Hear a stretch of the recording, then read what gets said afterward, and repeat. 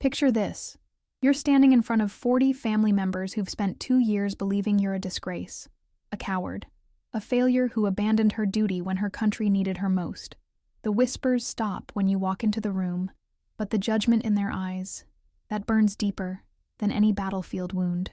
My name is Captain Elena Vasquez, and for 24 months, my own brother convinced our entire family that I was discharged from the army in shame, that I ran from combat, that I was too weak to serve. They believed him because, well, why would Marcus lie about his own sister? But here's what they didn't know.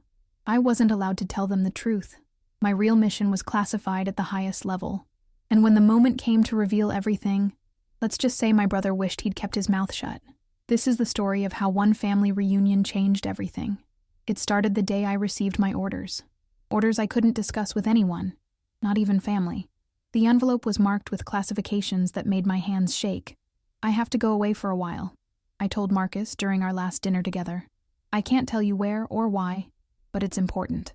My brother looked at me across the table, his fork halfway to his mouth. We'd always been close, or so I thought. Another deployment? He asked. Something like that. I hated being vague, but the briefing had been crystal clear. Tell no one. Trust no one. Elena, you just got back from Afghanistan 6 months ago. Don't you think you've done enough? I could hear something in his voice I'd never heard before. Resentment? Jealousy? This is different, Marcus. I'll be back when I can. And what am I supposed to tell Mom and Dad? What do I tell everyone at Christmas? The edge in his voice made me look up. His jaw was clenched, his eyes dark with something I couldn't understand. Tell them I'm serving my country. That's all they need to know. That conversation was the last honest one we'd have for 2 years. 3 weeks later, I was gone. Deep undercover, embedded with a joint CIA military intelligence operation, tracking arms dealers who were selling American weapons to terrorist cells. My army uniform was replaced with civilian clothes. My identity became Rachel Martinez, a weapons expert looking to make some dirty money. For 24 months, I lived in the shadows. I couldn't call home. I couldn't send letters. I couldn't even email. One slip, one moment of weakness, and the entire operation would be over. But while I was risking everything to keep America safe, my brother was destroying my reputation one conversation at a time. It started small, I later learned. A comment here and there to our parents. Elena's been acting strange lately. I think the military is getting to her. She seemed really unstable when I last saw her. I heard from someone at the base that she's been having disciplinary problems. Our parents, worried sick, and having no word from me, started to believe him. And Marcus fed off their concern like a parasite. The lies grew bigger. I found out what happened. Elena was discharged. She can't handle combat anymore. She was involved in some kind of incident overseas. They sent her home in disgrace. She's too ashamed to face the family. That's why she won't call. By Christmas of that first year, the entire extended family believed I was a disgraced soldier, hiding somewhere in shame. My own parents sent care packages to an address Marcus provided, an address that didn't exist. My cousins, aunts, uncles, grandparents, they all whispered about poor Elena who couldn't cut it as a real soldier, who broke under pressure, who let her family and her country down. And through it all, Marcus played the role of the concerned brother perfectly, heartbroken that his sister had fallen so far, protective of her shame, asking everyone to please not bring it up if she ever comes home. But why? Why would my own brother destroy me like this? Marcus had always lived in my shadow. When I made captain, he was still a civilian working a desk job he hated. When I received commendations for valor, he was struggling to pay his bills. When people asked our parents about their children, they always led with Elena's achievements. My success had become his failure, and when I disappeared without explanation, he saw an opportunity to finally be the important one. It's amazing how jealousy can turn love into poison. While my family mourned my imaginary disgrace, I was living the most dangerous assignment of my military career. The arms dealing network we were tracking stretched from Detroit to Damascus, with connections that reached into organized crime. I spent months earning their trust. Rachel Martinez became someone they could do business with, someone who could move weapons without asking questions. The work was exhausting, not just physically, but mentally. Every day I had to be someone else. Every conversation was a performance where one wrong word could get me killed. There were nights I lay awake in cheap motels, wondering if my family was okay, wondering if they missed me. I had no idea they thought I was a coward. The operation lasted longer than anyone expected. What was supposed to be 6 months stretched to 12, then 18, then 2 full years. The network was bigger than we'd imagined, with tentacles reaching into military bases and government contractors. But we were getting close. The intelligence I was gathering was building a case that would take down the entire operation. Dozens of arrests were planned. Millions of dollars in illegal weapons would be seized. American soldiers would be safer because the guns meant to kill them would never reach the battlefield. It was the most important work I'd ever done. And not a single person in my family knew I was a hero instead of a disgrace. The final phase required me to get close to the leader, a man named Viktor Kozlov, who trusted no one and killed people for looking at him wrong. Getting into his inner circle required me to prove myself in ways that still give me nightmares. But I did it. I got the evidence we needed. Bank records, shipping manifests, communication intercepts, weapon serial numbers, everything the FBI and CIA needed to roll up the entire network. The raids happened simultaneously across 12 states and 3 countries. It was the largest arms trafficking bust in FBI history. Hundreds of weapons were seized. Dozens of terrorists lost their supply lines. And I was finally free to come home. The classification on my mission was downgraded after the arrests. I was authorized to discuss general details of my service. I could tell my family I had been undercover.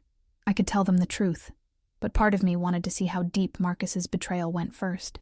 The family reunion was scheduled for Labor Day weekend at our parents' lake house. I called my mother 3 weeks before. "Elena?" Her voice was shocked, uncertain. "Elena? Is that really you?" "Hi, Mom. I'm coming home." The silence lasted so long I thought the call had dropped. "Oh, honey," she finally whispered, and I could hear her crying. "We've been so worried. Marcus told us," he said. "I know what Marcus told you, Mom. We'll talk about everything when I see you. Will you be okay being around everyone? I mean, if you're not ready to face the family yet, we understand." My own mother was worried I'd be too ashamed to face my relatives. The depth of Marcus's betrayal hit me like a physical blow. "I'll be fine, Mom. In fact, I think everyone's going to be very surprised to see me." Labor Day weekend arrived with perfect weather. The lake house was exactly as I remembered it. White clapboard siding, wraparound porch, the old rope swing still hanging from the oak tree by the water. I sat in my rental car for 10 minutes, watching through the windows. I could see Marcus on the porch with our cousins David and Rebecca. He was animated, gesturing with his hands, clearly enjoying being the center of attention. My stomach twisted as I realized he was probably telling them more stories about his troubled sister. I checked my reflection in the rearview mirror one more time. I was wearing my Class A uniform, the dress blues I'd earned through years of service, decorated with ribbons that told the real story of my career. The Bronze Star with Valor device, the Army Commendation Medal, the Combat Action Badge. Each ribbon represented sacrifice, courage, honor, everything Marcus had convinced them I lacked. I took a deep breath and stepped out of the car. The first person to see me was my cousin Rebecca. She was coming down the porch steps when she froze mid-step. Her mouth fell open. "Elena?" she whispered. The bottle in her hand slipped and shattered on the concrete. The sound drew everyone's attention. Conversations stopped. 40 pairs of eyes turned toward me as I walked up the driveway in full military dress. But I wasn't looking at them. I was looking at Marcus. The color drained from his face like someone had pulled a plug. His mouth opened and closed without sound. His eyes darted from my uniform to my face to the ribbons on my chest. "Hello, family," I said, my voice carrying across the sudden silence. "Sorry I'm late. I was serving my country." My mother appeared in the doorway, her hand flying to her mouth. Tears started flowing before she even reached me. "Elena, oh my God, Elena." She threw her arms around me, sobbing into my shoulder. You look like a soldier, Mom, because that's what I am." Over her shoulder, I watched Marcus take a step backward, bumping into the porch railing. His face had gone from pale to green. He knew. In that moment, he knew that everything was about to unravel. My father emerged from the house, moving slowly, his eyes fixed on my uniform. Dad was a Vietnam veteran. He knew what those ribbons meant. "The Bronze Star," he whispered when he reached me. His finger trembled as he touched the ribbon. "Elena, what? How?" "It's a long story, Dad.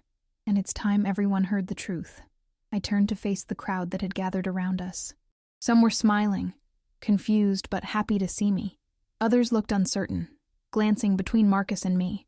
"I know you all have questions," I said, my voice strong and clear. "I know you've been told things about me over the past 2 years, about why I disappeared, about what happened to my military career." Marcus made a small sound, almost like a whimper. "But before I explain where I've been and what I've been doing, I think my brother has something he'd like to say." "Don't you, Marcus?" All eyes turned to him. He looked like he wanted to disappear into the porch boards. He stammered, then fell silent. "No? Nothing to say?" I smiled, but there was no warmth in it.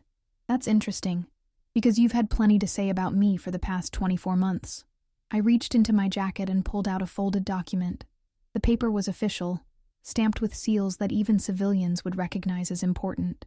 "This is a letter of commendation from the Secretary of Defense," I announced, unfolding it slowly.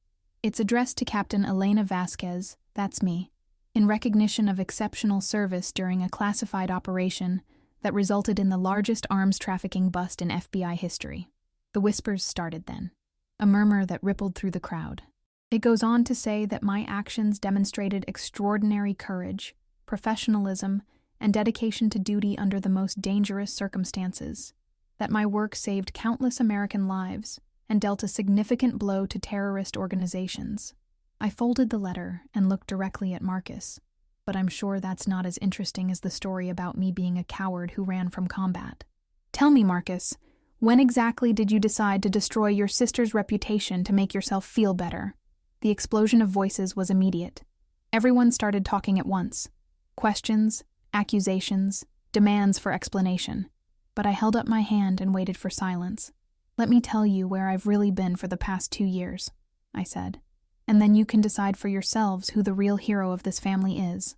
I told them about the classified mission, about going undercover to infiltrate an arms-dealing network, about spending 2 years pretending to be someone else, risking my life every single day to keep weapons out of terrorist hands.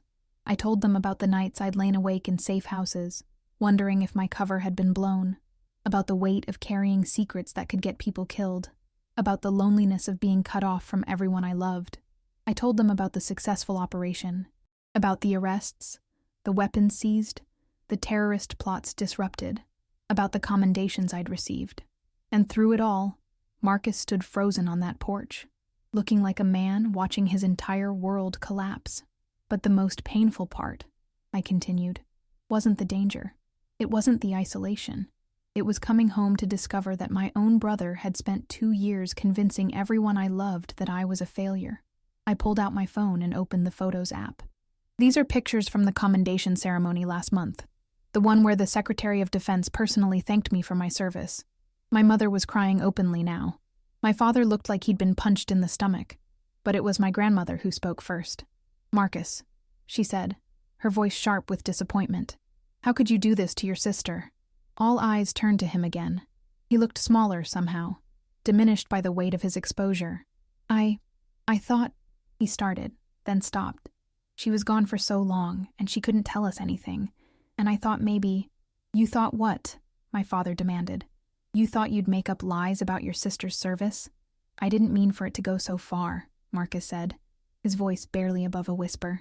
"It started as just, I was worried about her, and when people asked questions, I didn't know what to say, so you decided to destroy her reputation instead of admitting you didn't know," my mother finished, her voice cold as ice. The crowd was turning ugly. I could see the anger building in their faces. Marcus was becoming the target of 40 people's worth of guilt and rage, and suddenly, I felt sorry for him. "Marcus," I said quietly, and the crowd fell silent. "Why?" He looked up at me with eyes full of tears. "Because everyone always talked about you," he said, his voice breaking. "Elena, the war hero. Elena, the officer. Elena, who was making a difference. And I was just Marcus, who worked in an office and couldn't even afford his own apartment." The raw pain in his voice cut through my anger. "When you disappeared and couldn't tell us why, I saw a chance to finally be the important one, the one people worried about. I told myself I was protecting the family from worrying about you. But really," he took a shuddering breath, Really, I just wanted them to think about me for once. I'm sorry, he whispered. Elena, I'm so sorry. I know I can never take it back, but I'm sorry. What happened next surprised everyone, including me. I walked up the porch steps until I was standing directly in front of my brother. He flinched, probably expecting me to hit him. Instead, I pulled him into a hug. I forgive you, I said quietly, but you're going to spend the rest of your life making this right. I felt him collapse against me, 2 years of guilt and shame pouring out in great, shuddering sobs. I will, he whispered back. I promise, Elena. I'll make it right. When we separated, the entire family was staring at us in shock. Elena, my cousin David said, after what he did, how can you just forgive him? I turned to face them all. Because that's what soldiers do, I said simply. We protect the people we love, even when they don't deserve it, even when they've hurt us. I looked around at all their faces, ashamed, confused, amazed. Marcus made a terrible mistake. He let jealousy turn him into someone he's not. But he's still my brother, and family means you don't give up on people. My grandmother stepped forward and fixed Marcus with a stare that could melt steel. Young man, she said, your sister just showed you more grace than you deserve. You'd better spend the rest of your life earning it. Yes, ma'am, Marcus said immediately. I will. The rest of the weekend continued with a feeling I'd almost forgotten. The feeling of being home. Really home. People started asking questions about my service. Real questions. Respectful questions. Proud questions. They wanted to know about my training, my missions, my plans for the future. My father pulled me aside and told me he'd never been prouder of anyone in his life. My mother insisted on cooking my favorite meal. My cousins started planning a proper welcome home party. And Marcus spent the evening quietly apologizing to each family member individually, taking responsibility for his lies, promising to tell everyone the truth about my service. But the moment that meant the most came just before sunset. I was sitting on the dock when my grandfather joined me. He was 93 years old, a World War II veteran who'd stormed Normandy. He didn't say anything for a long time, just sat beside me, 2 soldiers watching the day end. Finally he spoke. I heard what you did over there, taking down those gun runners. Yes, sir. Spent 2 years pretending to be someone else to protect people you'd never meet. Yes, sir. He nodded slowly. That's the hardest kind of courage there is. Not the kind where you charge a hill, the kind where you sacrifice yourself quietly, where nobody knows what you're giving up. He looked at me with eyes that had seen more war than anyone should. Your brother was wrong about a lot of things, Elena, but he was right about one thing. You are exceptional. Not because you're a war hero, but because you chose to forgive him when you had every right to destroy him. 6 months later, I received an invitation to Marcus's wedding. When I arrived at the church, I understood why he'd insisted I come. Instead of introducing me as his sister, he introduced me to his bride's family as Major Elena Vasquez, Distinguished Service Cross recipient, and genuine American hero.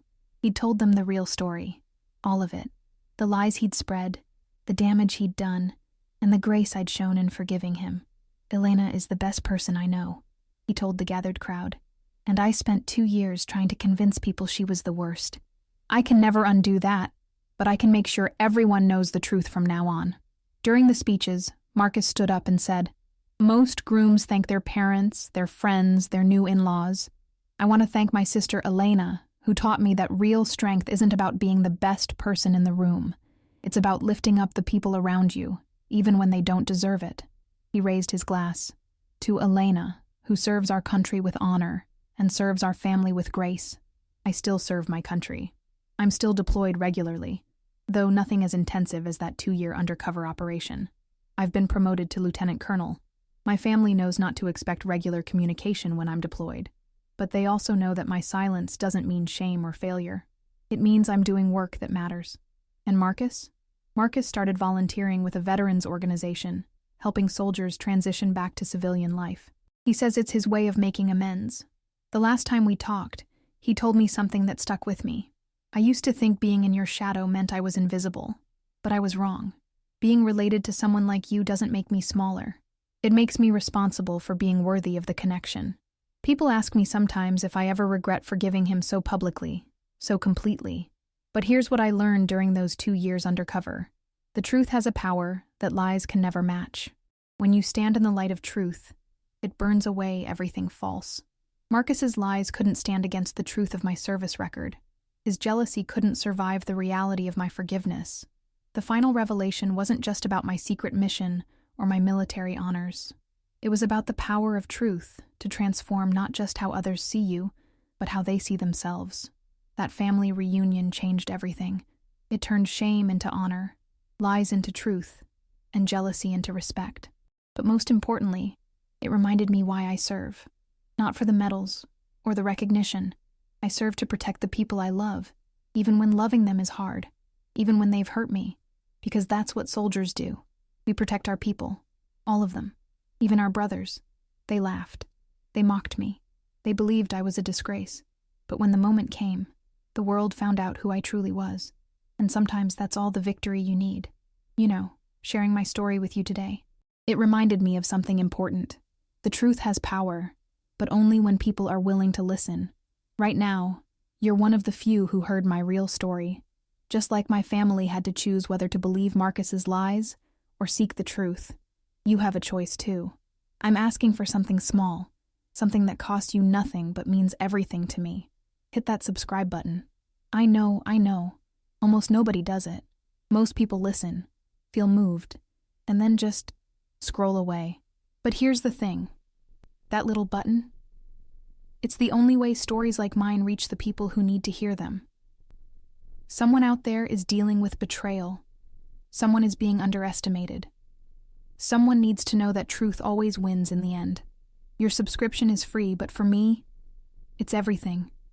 It's how I know my voice matters. It's how stories of real people, real struggles, real victories get heard.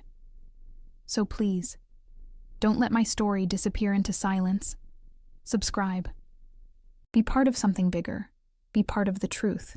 Because every person who subscribes is saying, yes, these stories matter. Yes, I believe in the power of truth. Will you be one of them?